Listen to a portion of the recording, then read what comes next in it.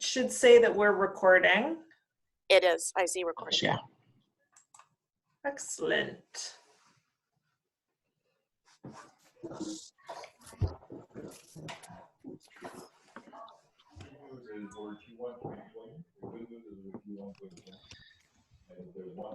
Welcome, everybody.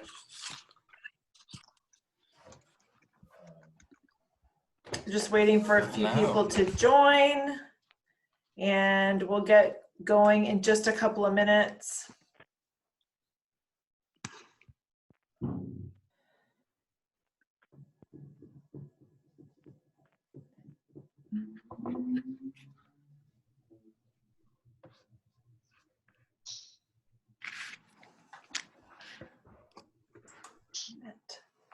Hello. Hi, Cameron.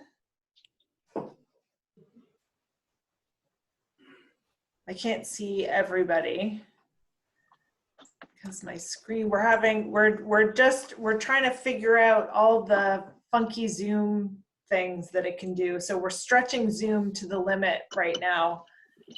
Thank you, everybody, for joining. I'm just going to give it one more minute. We'll start at 2:05 just to let the last couple of people get in and get their audio all set up and all figured out.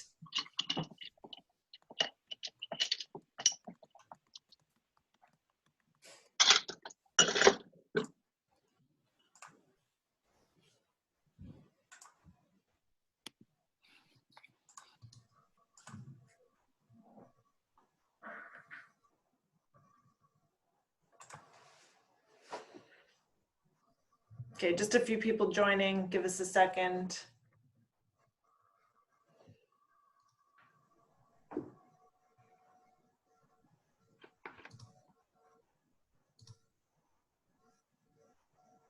Okay, so I think we've got everyone in the room. We'll get the show started. Thank you very much, everybody, for joining us for this session of ICA Community. Just as a reminder, this is an initiative that we started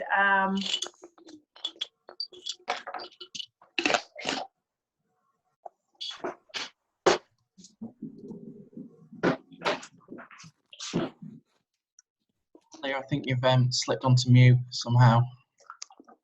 I don't know how I did that, sorry. So I'm just trying to, if everybody could mute their, we've got a lot of people in the room, so just please make sure that you're muted so that we can hear our wonderful guest speaker with us today is Shauna Houlton. And as I was saying, we kind of couldn't believe it when we were doing our little pre-discussion how many weeks it's been, and we've been doing this almost since the beginning of the crisis, trying to get really timely, relevant, valuable information into everyone's hands, whether you're a member or a non-member. We all need to get through this together. It's a little bit of an overused saying right now, but we really do need each other to talk about our realities, our best practices, and how we're figuring our way through this. So today we have Shauna Houlton, Director of Insights with Corus Entertainment, and she's going to be taking us through wave 3 of their research into the Canadian consumer mindset.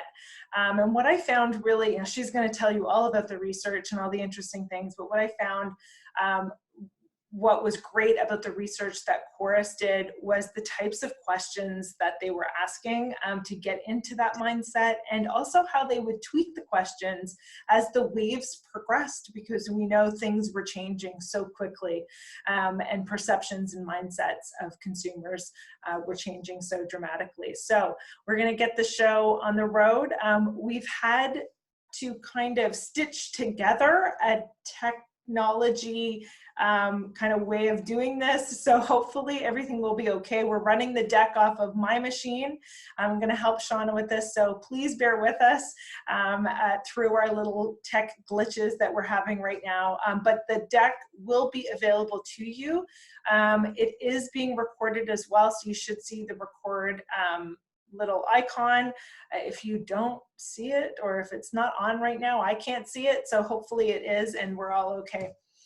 So thank you very much, and I'm going to throw it over to Shauna and take it away. Thanks so much, Leah, and thank you very much in advance for being my driver through this. Uh, so yeah, I'm really excited to share what we have today. And yes, we now have 3 waves of data. But I'm just going to take a step back for a moment and kind of talk about how we came to this this study and just what our plans are and how we're flowing it out. For the past 15 plus years, Corus has been an insights-led organization and has really put insights at the heart of everything that we do, because with the basic understanding of the better we can understand Canadians and consumers, the better we can connect with them as broadcasters across platforms, and the better we can help all of our clients and all of the advertisers who connect with, and who are able to leverage the power of those audiences to drive their business. So as this started, we thought, you know what, we really need to understand where Canadians are at while we go through this crisis, and as well as when we come out of it. So the structure that we're taking with this is we're fielding our research every 2 weeks through the duration of the crisis.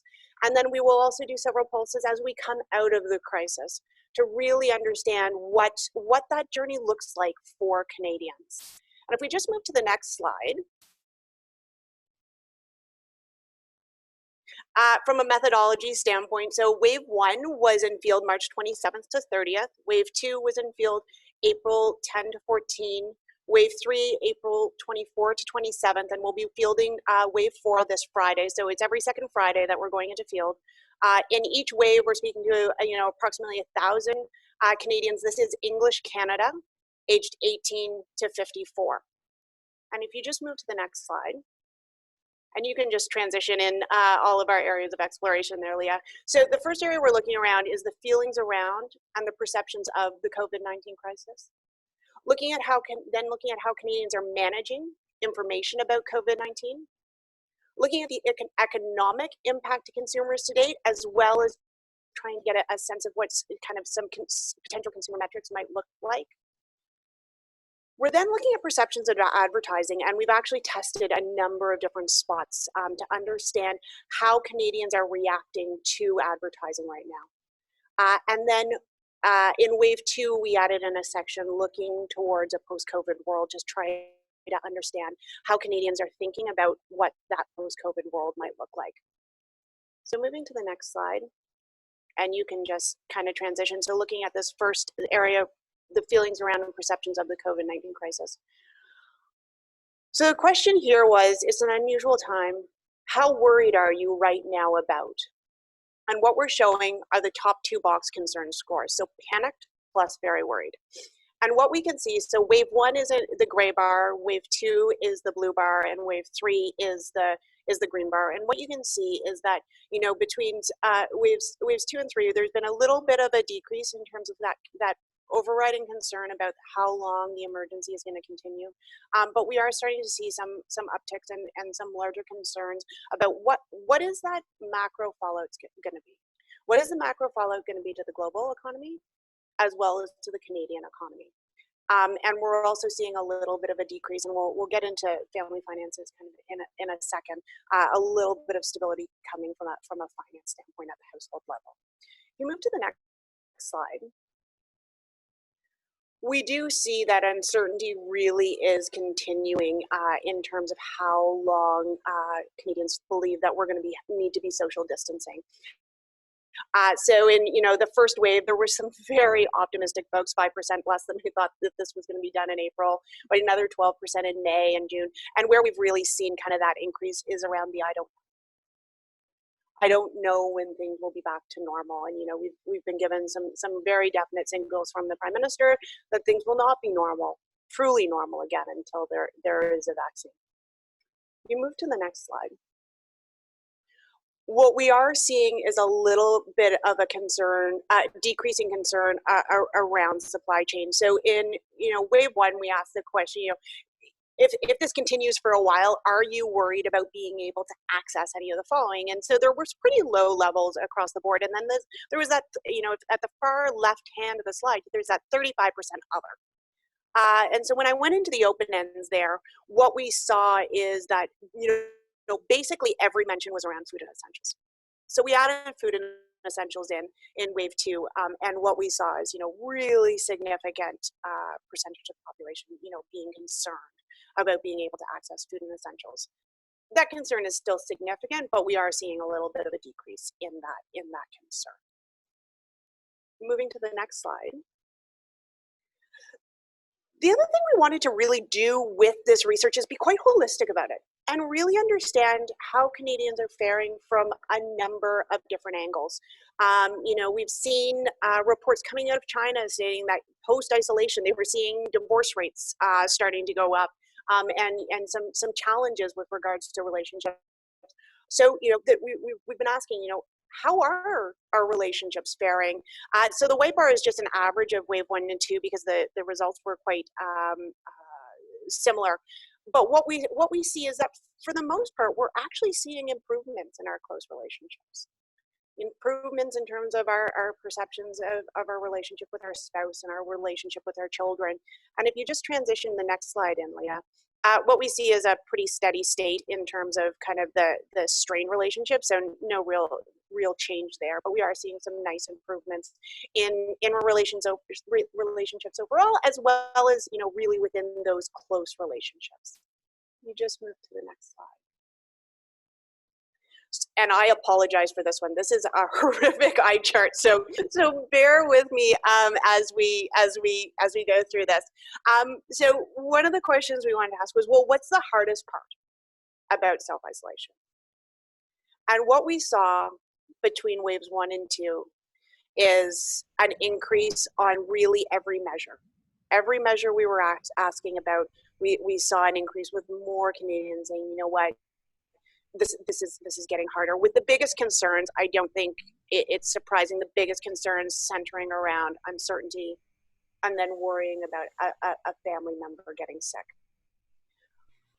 While I don't know that any of this is getting much easier, we are seeing kind of a settling down. So we're seeing that, in wave 3, we were seeing that either a small downtick or a steady state in terms of all of the various measures. So looking at uncertainty, worrying about getting sick, staying positive, being able to get the things that I need, that lack of regular routine, not being able to go to the stores that I normally go to, keeping myself and others occupied, not being able to buy things. It's still challenging, but we seem to be settling in a little bit. If you move to the next slide, we also wanted to find out what the best part about self-isolation is. And what we see is that overall, what this process has given us is time. If you think about the time deficits that we all exist under in our regular life, there's commuting to and from work, there's 8+ hours a day at the office, there's running errands, there's helping kids to and from activities, there's having a social life. When you take that all away, what you're left with is time. And we are seeing a benefit of that. So, being able to spend time, oh, hold on. I just lost my screen. There we go. Okay. Technology glitch fixed. What we're seeing is, that we're seeing a benefit of being able to spend time with family, having some time for ourselves, being able to slow down, having time to watch TV and movies that we wanted to see. And across the board, we've seen kind of tuning rates really increase. And where we saw the biggest jump is around seeing positive environmental impacts. So, I think the perception may be that, maybe the silver lining in all of this is that, by taking the cars off of the road and taking the planes out of the sky, we're going to be able to see, and achieve a bit of a positive environmental impact. You move to the next slide.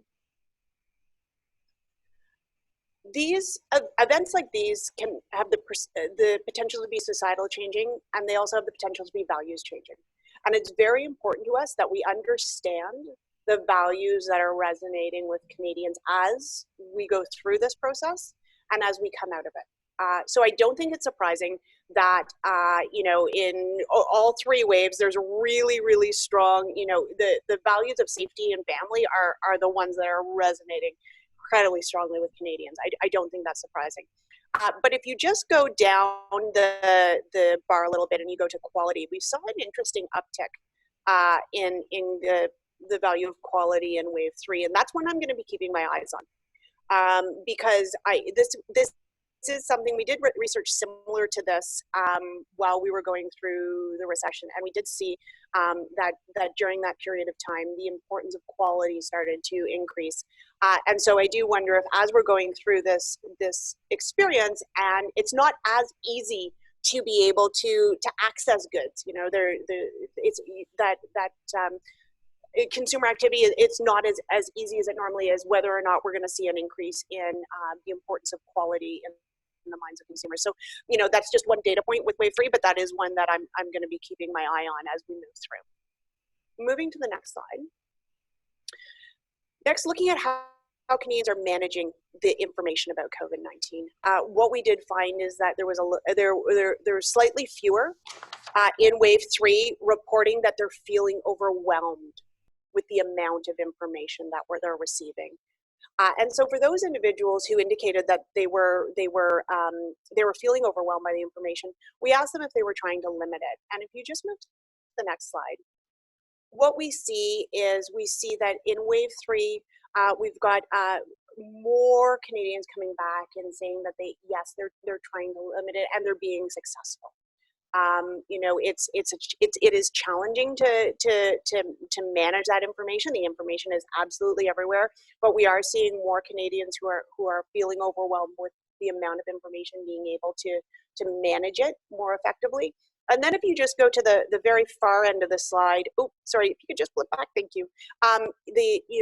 No, I can't stop looking at the information about COVID-19. You know, we do see a decrease in the number of people. And when I've presented this in the first couple of waves, you know, it's like that for a certain percentage, you know, the information was almost like driving past a car accident, and they weren't able to move away, and we are seeing a bit of a decrease there. So I think as we go through this, you know, we are seeing more people who are able to, you know, manage that information in a healthy way for themselves. Moving to the next slide. But regardless of whether or not we're feeling overwhelmed with the amount of information out there, we're looking for reflections of normal life. So when we ask if it's helpful to see reflections of normal life or normal life in the near future, such as the summer, what we see is that the majority of respondents want to see reflections of normal life. And I think we're going to start to see when we get to the ad testing part of this. I think we're starting to see we're seeing that come up when we're testing creative. We are all living a very abnormal existence right now, and we're craving normalcy. We move to the next slide. Looking at the economic impact to consumers, so what we have seen is a bit of a leveling off in terms of job loss, which is positive. So in wave 1, we had 12% of respondents tell us they had lost their job, 19% in wave 2, and 16% in wave 3. These are still incredibly, you know, uncomfortable numbers, but we are seeing a little bit of a leveling off there. And if you move to the next slide, so that's looking at the individual level, but we've also asked at the household level whether or not you know, families have had their household income decline.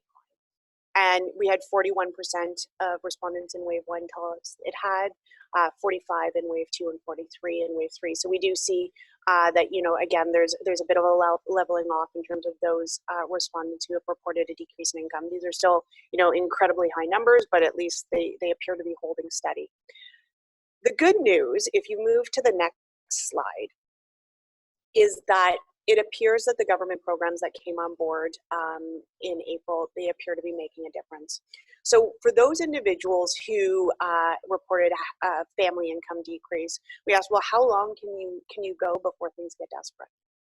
And we had 24% of respondents in wave 1 tell us that they were already desperate.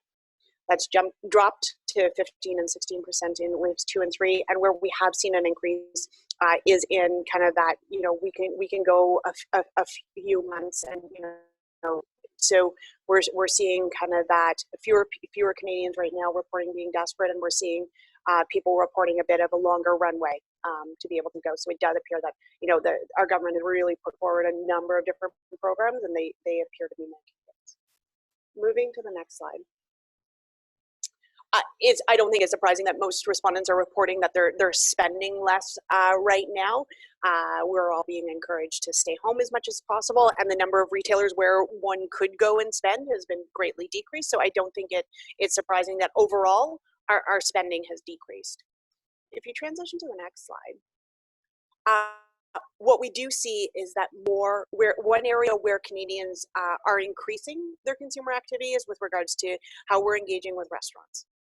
So in every wave, we've seen a steady increase in terms of the percentage of respondents who have indicated that they've picked up food from a restaurant or have had food delivered, and a steady decrease in terms of the percentage who haven't done any of these activities. So I think there's a couple of things at play here. As we're all trapped in our homes for longer and have to produce more meals for ourselves and for our families, looking for a little bit of relief from restaurants. But I also think that as we are craving normalcy, and it is normal for many of us to engage with a number of different restaurants, and so being able to have that connection to normal life through restaurants, I think is important, and I think we're seeing that activity happen. And if you just there's just one build in this, Leah.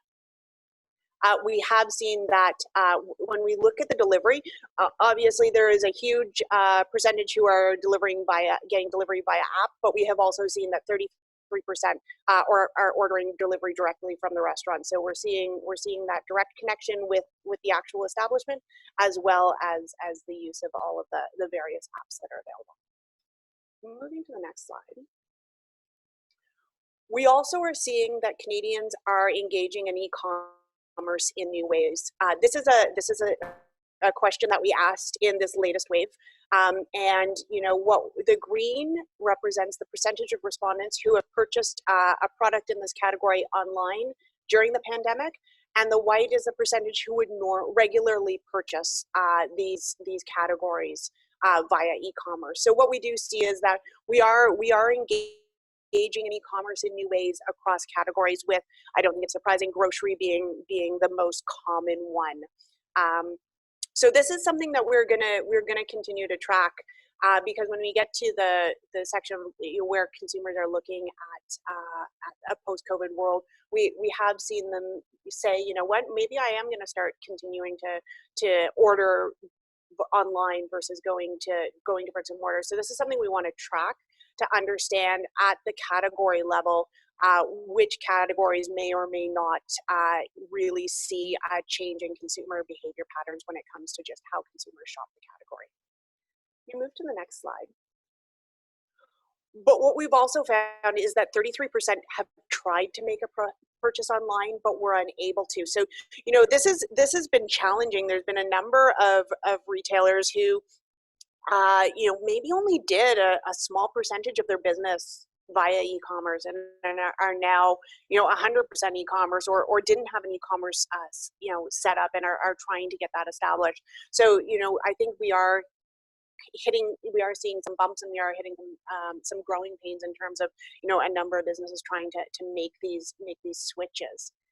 If you just move to the next slide, if you look at where the consumers were having trouble, it's, availability of product overall, that availability of product, and then just being delivery is going to take too long, or not being able to get that delivery spot were really the big challenges. So just that access, availability, and difficulty getting delivery are really the biggest issues that we're faced with right now.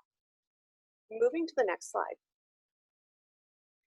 And when we look at where the categories where there's the most concern, most challenge, it's with grocery. That is really where I think we've seen the biggest consumer shift, and that's the category where we've seen the biggest challenges. Moving to the next slide. So the other thing that an event like this results in is a low interest rate environment. And we have seen a steady increase in the number of respondents who have indicated that they believe their family will benefit from lower interest rates, starting at 34% in wave 1 and up to 43% in wave 3. So, a significant number of Canadians who are looking around saying, what, there may be an opportunity for me in here. And if we move to the next slide, We also now have 37% of respondents telling us that they intend on making a large purchase in the near future. Whenever you do research like this, it's challenging because you don't necessarily have a benchmark to compare and contrast against. So I don't know what this number looks like in kind of quote unquote normal life. I don't know what percentage of the population is thinking about making large purchases, but this is one of those metrics that we are going to continue to track as we move through, because it's really important for us to try and understand and kind of get a sense of what that consumer response may be post-crisis. And we, so we now have a pretty significant percentage of the population saying, you know what, I'm going to make that purchase. Biggest jump being when things get back to normal, which I think, probably makes some sense. If you look at where they are planning on spending, just on the next slide, it's really across all of your kind of major large purchase categories, with the most increase that we've seen around car.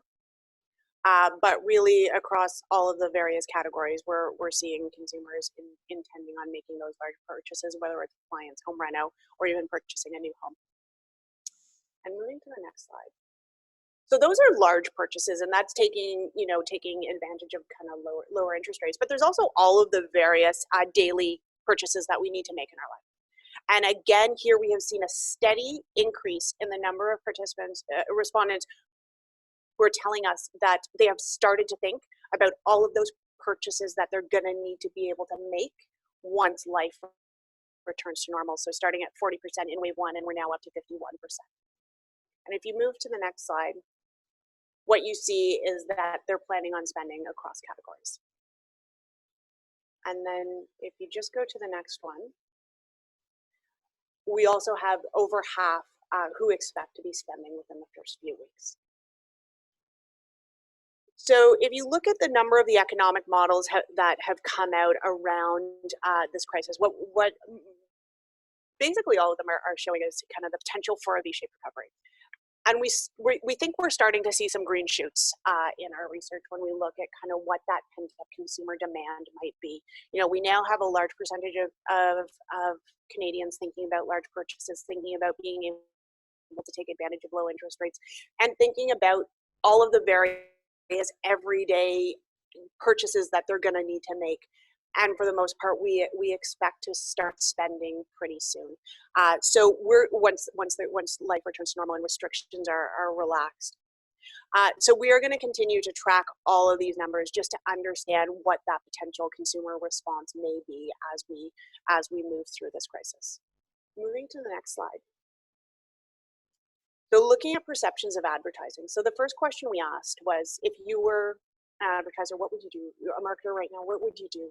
And I don't think it's surprising that consumers are defaulted to, I'd create a special message. I'd create a special message about what my company is doing for the workforce or consumers, or I'd create a special message about how consumers can access your products during this period of time. We did see an interesting kind of uptick in wave 3 about how you can access products during this time, and I do think that the longer we go through this, we will see that continue to increase as kind of that pent-up consumer demand starts to increase. We've also seen a steady increase in terms of advertise as usual, and we've seen a decrease around the stop advertising for the moment. I always struggle a little bit with any question that asks kind of consumers, should we stop advertising? Because at any given point in time, there's a percentage of the population who is just inclined to say, I don't want to see any ads. It doesn't mean that they're not effective on them, but their knee-jerk response is to say, you know what, I don't want to see them. And in a couple of slides, what I think is more important, and we'll see that, is really just looking at how consumers are responding to different ads.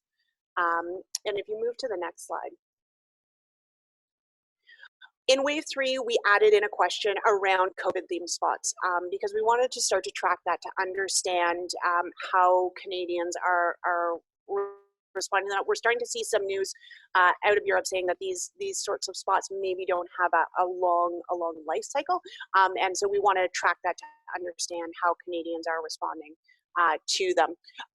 Overall, right now, we're still very open to hearing them. You know, we're appreciative of what companies are doing. We like to see what companies are doing in response. We do have 28% right now saying that they're all starting to blend together, and most people on the call have probably seen that kind of the YouTube video that splices them all together, and there is a bit of consistency around them. So, you know, whether or not there's a bit of a blend, and whether or not you know, the brands are getting that benefit, we'll have to wait and see. And we have 25% saying that they're getting tired of seeing them, but overall, we're still responding quite well to them. And when we get to our testing, what we're seeing is that consumers are responding very, very positively to them. If you move to the next slide. So looking at what we've done, so we've done an assessment of a number of different spots. In wave 1, we looked at 17, in wave 2, we looked at 23, and in wave 3, we looked at 26. And what we found, if you just transition in the next bit, was a special COVID spot is not required to have a positive impact, brand impact. The COVID themed spots are doing very, very well, but straight up regular brand sale spots are also performing really well at this point in time. So if you just move to the next slide. So this was an average of the responses for waves 1 and 2. And so the question was, so respondents were randomly assigned in waves 1 and 2, they were randomly assigned 5 spots to test. In wave 3, they were randomly assigned 6 spots to test. And the question we asked after they were exposed to the spot was, does this spot make you feel more or less positive about the brand? The textured portion of the bar is the percentage of respondents who indicated it made me feel more positive about the brand. The solid portion is the percentage of respondents who said it made me feel less positive, and then there's a neutral in between, but really positive brand momentum and negative brand momentum. In terms of how to read the different colors of bars, the green bars are all COVID themed spots that were produced. So we've got a couple of QSR spots and a couple of auto spots.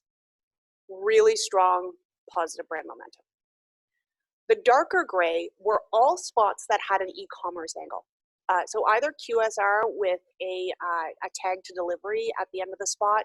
We also looked at an e-commerce brand and a food delivery brand. So all spots for products that were very accessible to consumers at this point in time.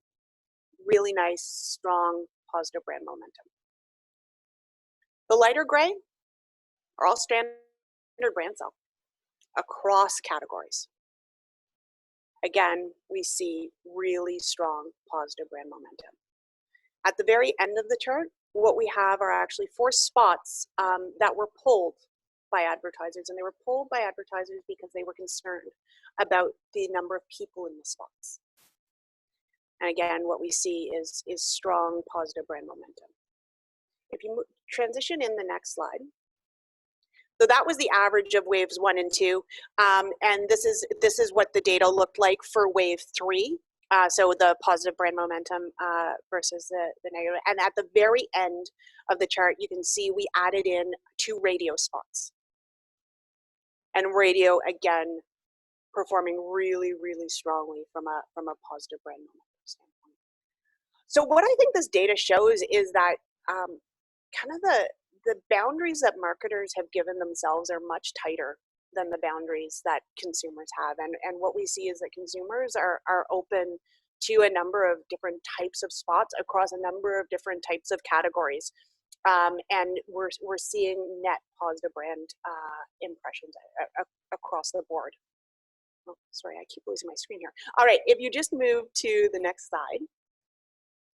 The other thing we found is that household size accelerates positive brand momentum. So the positive brand momentum scores were higher for all of the respondents who indicated that they lived in a household with children 18 and under. So I'll just refer to them as parents, versus those respondents who do not, so not parents. I will always classify families as your large basket consumer. They have more people in the household. They require more goods and services. If you look at every category that SATS can track spend on, couples with children spend more than couples without. It's just, there's just more people and they need more products. And what we have found is that every single spot we've tested works even harder with those large basket consumers. So if you just move to the next slide, this is just the wave 3 data, and this is just the positive brand momentum. The solid bars are the positive brand momentum for parents, and the textured bars are for non-parents. And again, what you're seeing is that positive brand momentum even higher with all of your large basket consumers. Just moving to the next slide. So looking towards a post-COVID world, you know, the first thing we asked is, you know, which of the following do you want to do? And what we're seeing is that, you know, this is a time for Canadians to kind of assess where they're at. And number one, saving and having cash on hand is top of mind for a number of Canadians. You know, I think this came upon all of us very, very quickly, and there were a number of people who were caught short. And so making sure that they've got cash on hand is number one.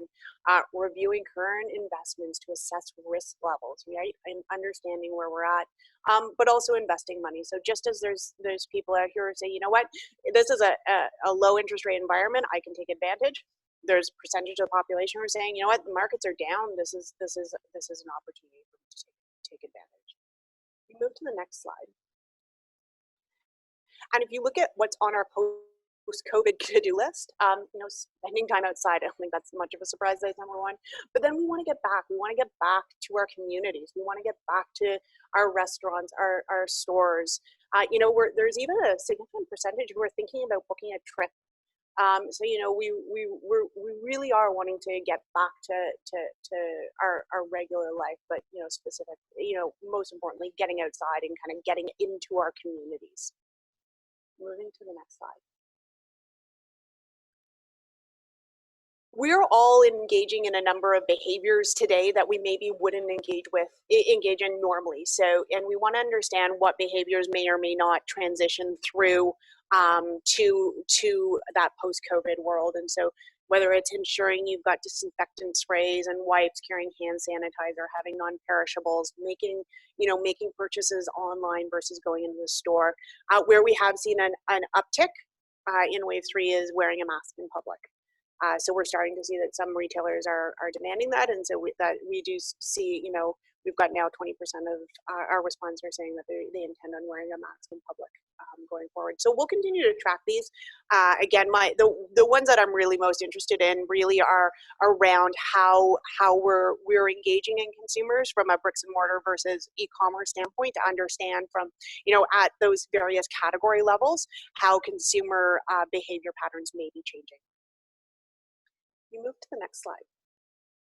So if we lean on the insights from the Great Recession, if you just you know, it's right now, this is a similar to recession. This is a really challenging time for brands, and everyone is under tremendous pressures to save.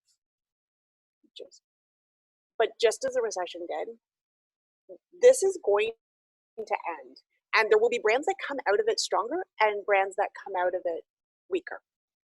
If we look to history, that has shown that those brands who are able to maintain their share of voice at or above share of market will be the ones to come out stronger, especially if they're in categories where they've got competitors who are pulling back spend. And you know, if we look at kind of across categories how we're seeing brands engage, we can kind of basically cut it across categories, and in every category there are certain brands who see this as a real opportunity to grab market share. And if you just transition to the next slide. So this isn't my research. This comes from Peter Field in the IPA. But really, you know, that relationship between share of voice and share of market is incredibly strong. And what they've found is that during the recession, those brands who were able to get excess share of voice, and specifically if you could get over 8% over your share of voice over your share of market, you could achieve on average annualized market growth share of about 4.5%. So this really is an opportunity to build brand, grab that market share, and we all know that market share then translates into revenue. If we just move to the next slide. So just to wrap up, Canadians are absolutely very concerned about the COVID-19 crisis, as they should be. You can probably just transition all of this in, Leah. But what we have found is, uncertainty really is ruling the day, with the biggest concern centering around how long is this going to last? What are those macro impacts going to be? What is the impact going to be to the global economy, as well as to the Canadian economy? Despite the uncertainty, we now have 51% of respondents telling us that they're thinking about purchases that they're going to need to make once life returns to normal.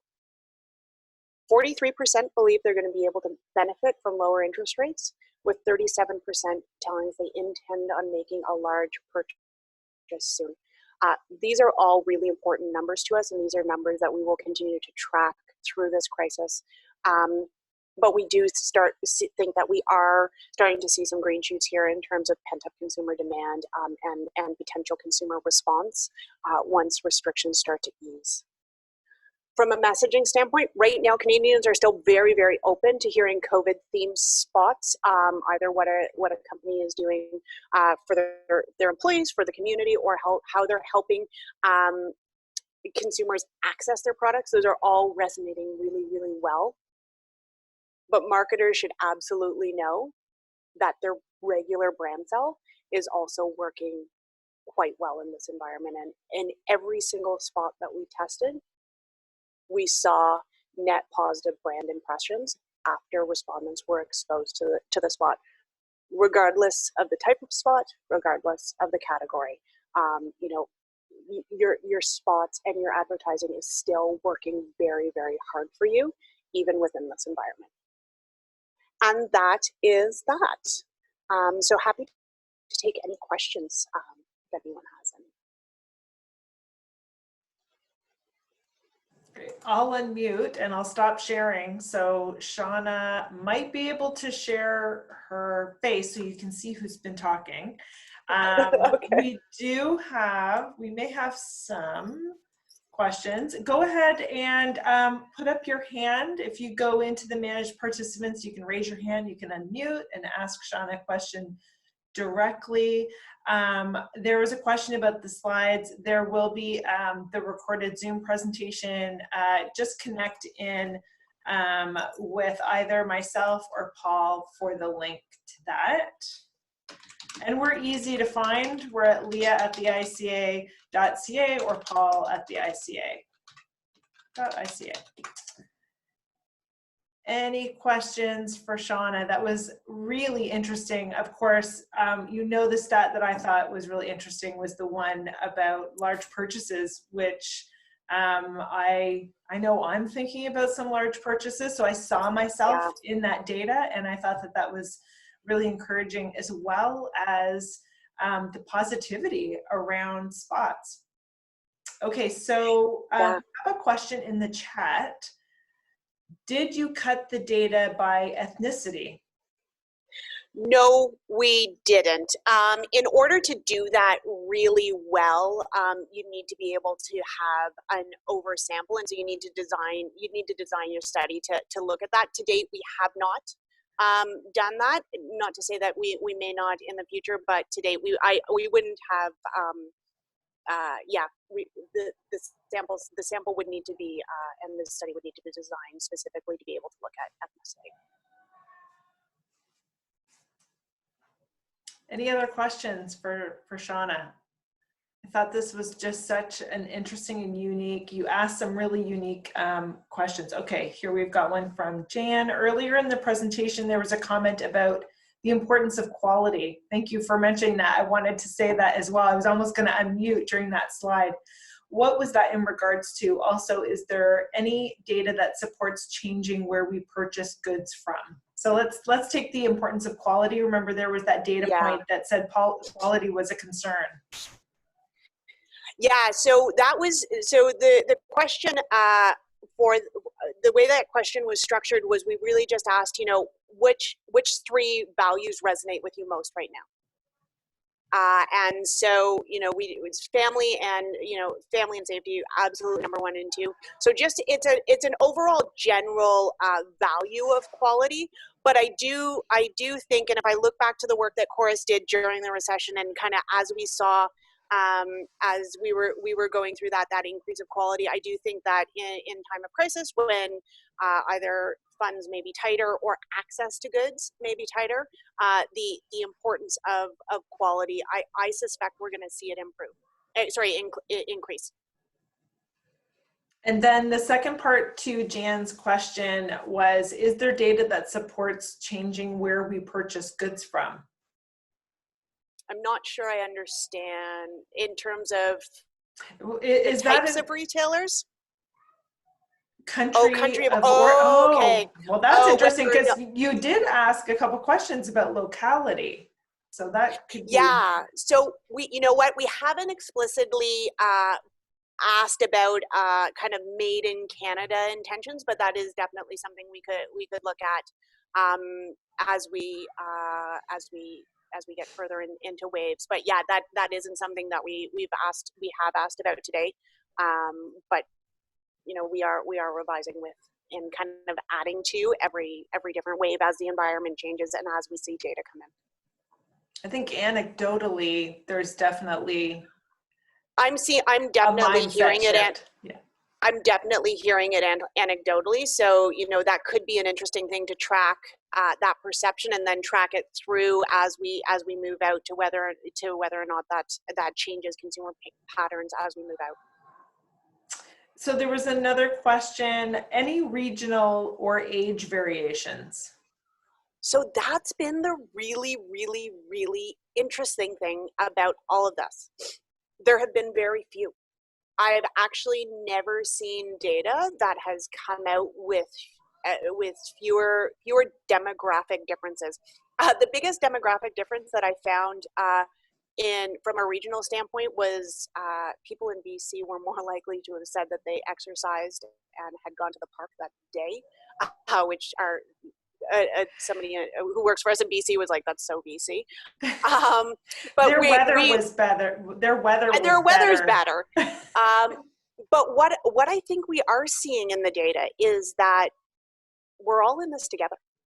We are all living and experiencing, you know, this crisis and this very abnormal existence together. And we are seeing, you know, very, very few meaningful demographic differences when I look at the data, and I cut by age and region.